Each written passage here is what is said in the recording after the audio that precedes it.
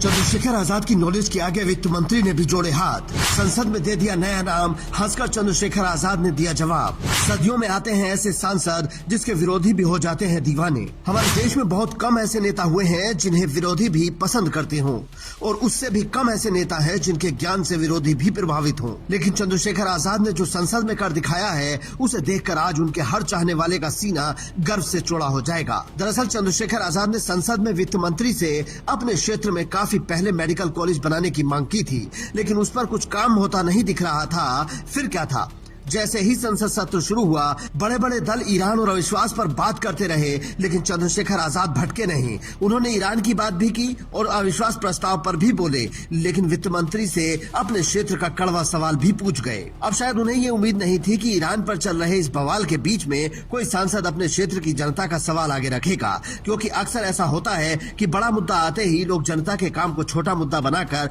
ठंडे बस्ते में डाल देते हैं। पर चंद्रशेखर आजाद ने ऐसा नहीं किया। तो देखिए वित्त मंत्री निर्मला सीतारमण ने मजाकिया अंदाज में चंद्रशेखर आजाद को क्या बोला। मुझे ये जानकारी मिलकर बहुत खुशी मिला कि महाभारत में बहुत ही सम्मानजनक एक कैरेक्टर है, एक व्यक्तित्व है, महर्षि विदुर, जो उनके ज्ञान के लिए हम सब रिस्पेक्ट करते थे। और मुझे यह भी समझ में आया कि बिजनौर उनका रिटायरमेंट होम था। महाभारत होम वॉर सब हो गया, कुरुक्षेत्र सब हो गए, विदुर जी आकर बिजनौर में से। मैं हल्की सी बात बोल रही हूँ, कोई मुझे गलत ना समझे।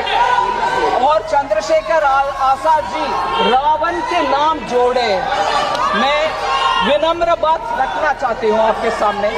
विदुर का नाम जोड़िए, रावण का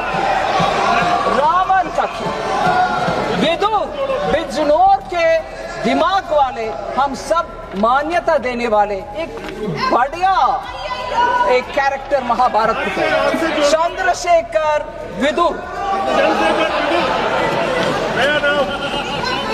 सर, आपको ये बात अगर हल्की लग रही है तो जाकर पढ़िए महाभारत में महर्षि विदुर कौन थे। उन्हें बड़ा नीतिज्ञ और दूरदर्शी माना जाता था। लोग उन्हें आज भी धर्मराज का अवतार मानते हैं। अब जरा देख लीजिए कि चंद्रशेखर आजाद ने वित्त मंत्री से क्या पूछा था।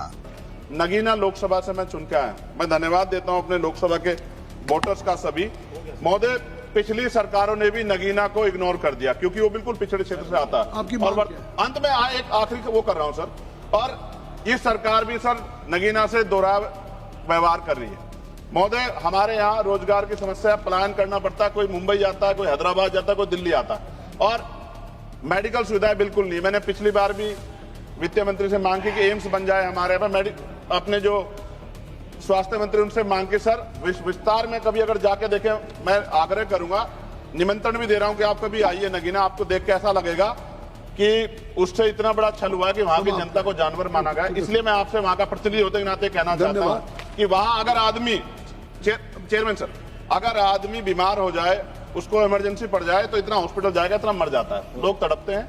इसलिए मैं आपसे आग्रह कर रहा हूं। और मैडम, ये मेरा नहीं है, अपना नहीं, ये हमें तो यहाँ एम्स में मिल जाएगा, लेकिन उनको इलाज मिले, इसलिए आपसे कह रहा हूँ कि नगीना के लोगों के बाद सोचा जाए, हमारे रोजगार की व्यवस्था हो जाए, उद्योग क्षेत्र लग जाए, तो लोग वहाँ के बच्चों को रोजगार मिलेगा, और वो आपको धन्यवाद दें। धन्यवाद। जब से चंद्रशेखर आजाद संसद पहुंचे हैं, तब से वो लगातार अपने लोगों के हक की आवाज को बुलंद करने से नहीं चूकते। जब भी संसद का सत्र होता है, वो हर दिन संसद में जाते हैं। आज तक उन्होंने संसद से एक दिन की भी छुट्टी नहीं ली है, वरना कितने ही सांसद ऐसे हैं जो पूरे 5 साल में केवल 1-2 बार फोटो खिंचवाने जाते हैं। इसीलिए जब चंद्रशेखर आजाद ने अपने कार्यकाल के शुरू में मंत्री से कड़े सवाल पूछे थे, तभी लोकसभा स्पीकर ने उनकी जमकर तारीफ की थी। अब वित्त मंत्री ने भी उनका लोहा माना है, तो नगीना के लोगों का सीना 56 इंच का हो गया होगा कि हमने सही में नगीना चुनकर संसद भेजा है। आप भी कमेंट करके बता सकते हैं कि संसद में चंद्रशेखर आजाद की स्पीच को आप 10 में से कितने नंबर देंगे, और अगर स्टोरी अच्छी लगी तो शेयर करके दूसरों तक भी पहुंचा सकते हैं। Bureau report, Indian news.